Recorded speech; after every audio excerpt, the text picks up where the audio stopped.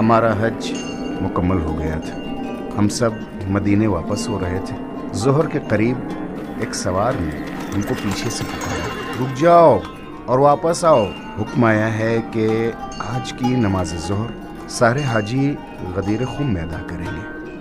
ہم کچھ گھنٹے پہلے ہی غدیر خم کے پاس سے گزرے تھے. ہم کو بہت جلدی تھی اور دیگر افراد کی طرح ذرہ برابر آرام کے لیے نہیں رکے تھے. عبداللہ بزاز نے تھکے اور الجھے لہجے میں کہا, کیا یہ ممکن نہیں ہے کہ ہم کو معاف کر دے؟ بھائی, مدینے میں ہماری تجارت تباہ ہوئی جا رہی ہے, ہم کو بہت جلدی پہنچنا ہوگا. سوار نے کہا, بھائی رسول خدا کا حکم ہے, یقیناً کوئی اہم بات. اب ہمارے پاس کوئی چارہ نہیں تھا. طے کیے ہوئے راستے سے واپس آئے اور جیسے تیسے اپنے آپ کو آخری رکعت تک پہنچایا. جہاں تک نظر جا رہی تھی نماز کی صف میں عورت مرد کھڑے تھے. جب نماز ختم ہوئی تو رسول خدا کو دیکھا کہ چند درختوں کے پاس بلندی پر گئے تاکہ خطبہ دے سکے. سورج پورے آب و تاب پر تھا. عبداللہ کی ہمت جواب دے گئی. کپڑے کی تھان جو مکہ تجارت کے لیے لے گئے تھے خورجین سے باہر نکالا اور تیز قدموں سے چلتے ہوئے لوگوں کی طرف گئے. اصحاب رسول نے اس کپڑے کو درختوں کی شاخوں سے باندھ دیا تاکہ سائبہ ہو سکے. خطبہ شروع ہوا. اے لوگو, خدا ہمارا مولا ہے اور تمہارا بھی مولا ہے.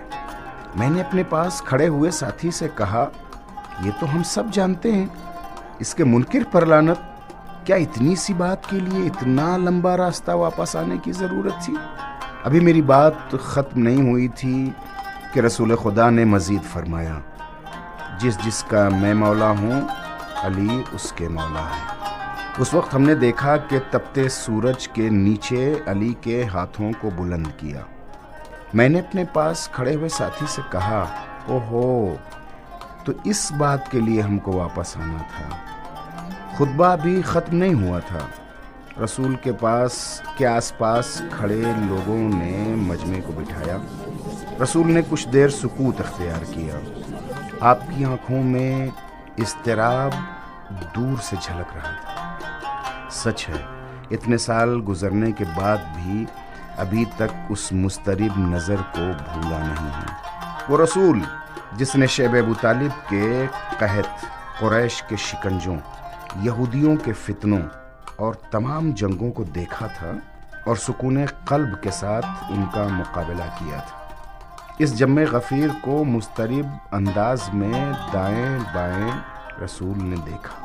پھر 3 بار فرمایا, تم کو خدا کی قسم دیتا ہوں میرے اہل بیت کو نہ بھولنا.